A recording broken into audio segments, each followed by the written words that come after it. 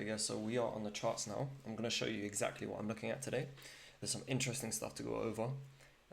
It's a pretty quiet day in terms of stuff on watch. Got Aussie dollar as the main focus. Higher time frame. So on the higher time frame, we can see before we were actually skeptical about this value area here. We were just trying to see, okay, is it going to hold? Is it going to hold in this value area for it to sell off? Or is it going to come back up and fill this near miss? We had all of this volume here. This was the first chance for it to go long. It didn't. Now the normal reaction we would see from here, if it was going to go long, is we'd see an aggressive push up. However, we started to correct. We got corrective price action showing that we're not respecting this area here. So where's the next area price could go long from really? Well, it would be down here. So we can capitalize still on the shorts, even if it is just down to here anyway. It's likely that we are now starting to trend to the downside. Look at that daily close. Look at that bearish daily close. Look how aggressive that is. So now we're just stalling and we're actually holding. The good thing about this, yes, we can see this 4 hours pretty aggressive. Usually when you do see these very large 4-hour candles, they retrace the next 2 candles, but they haven't. This is actually held and it's respected this volume here. So I'm looking at that now and I'm seeing, okay, there's a couple of ways we could enter this. Today specifically, we can see, okay, we've retested the back end of that low. We've got a sharp hook point. And if we go down to the 15-minute, we can see we've retested the back end of that. So it doesn't have to actually come up into that area. But we can see this 1, 2, 3 clear middle section. But I'm not looking to enter on the risk entry here. Why is that? It's because I'm pretty much getting myself caught in between the theses. Instead of just waiting for one of them to commit, I would just wait for price to break back in, give me a 15-minute insurance entry. That way I can see, okay, it's less likely for price to actually come back up into this area now.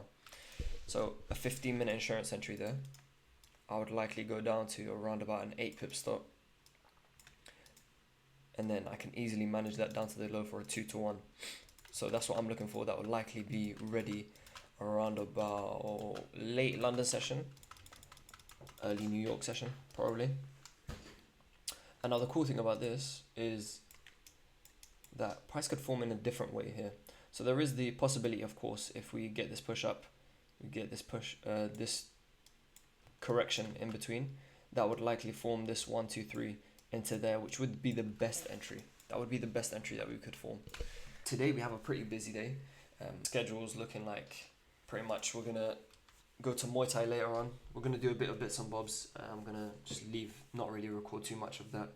Going up to around about 12 AM, just gonna do a bit of work, have breakfast, and then get ready for Muay Thai training. So we're gonna go to training, and then me and MQ are gonna have a very nice 4-hour back testing session. So I'm gonna bring you in on that. And we're going to see how that actually goes. So let's get on with the day. We've got a long day ahead.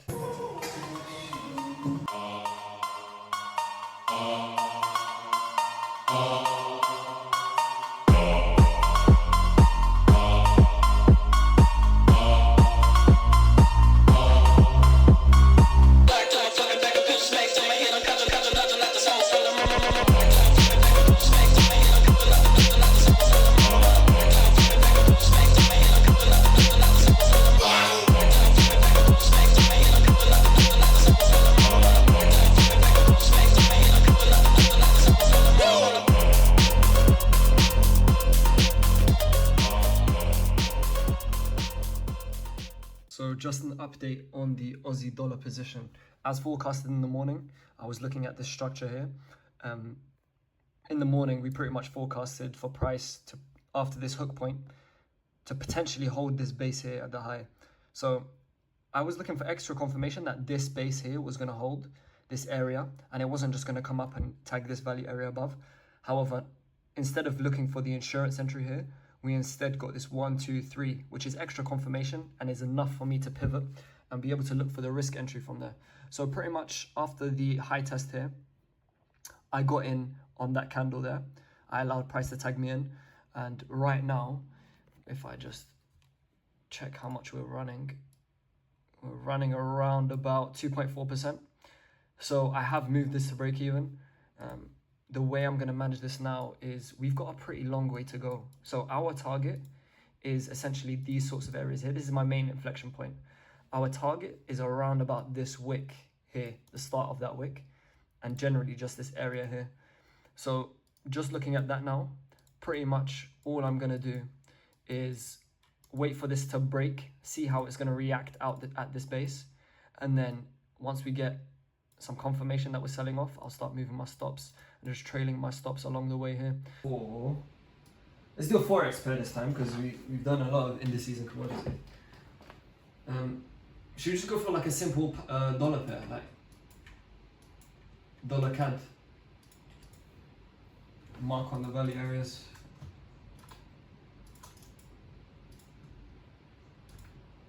By the way, I looked at the data that we collected in terms of like percentage, just percentage alone. Yeah. And Aussie Kiwi actually was like the best performing pair from August to Aussie Kiwi, yeah. 2024. Yeah, they had like what four trades in one month, right? Or was it 2 months? No, it was. So I just wanted to hop on to explain exactly what me and MQ were doing there. We're just doing some back testing, some data collection. A lot of you may know already, I am a Falcon student, and Mark has just released some 4-hour mastery content for the Falcon students. It's a very, very game-changing way of entering because pretty much you have the strike rate of something like a swing trader while also preserving the lower time frame risk to reward. Honestly, you'll only know the benefits if you have watched the content and you understand the gravity of what this does for a trader. So yeah, we've just been doing that. I've pretty much wrapped up my day now. I've got everything that I needed to do done. I'm just gonna chill, wind down for the rest of the day.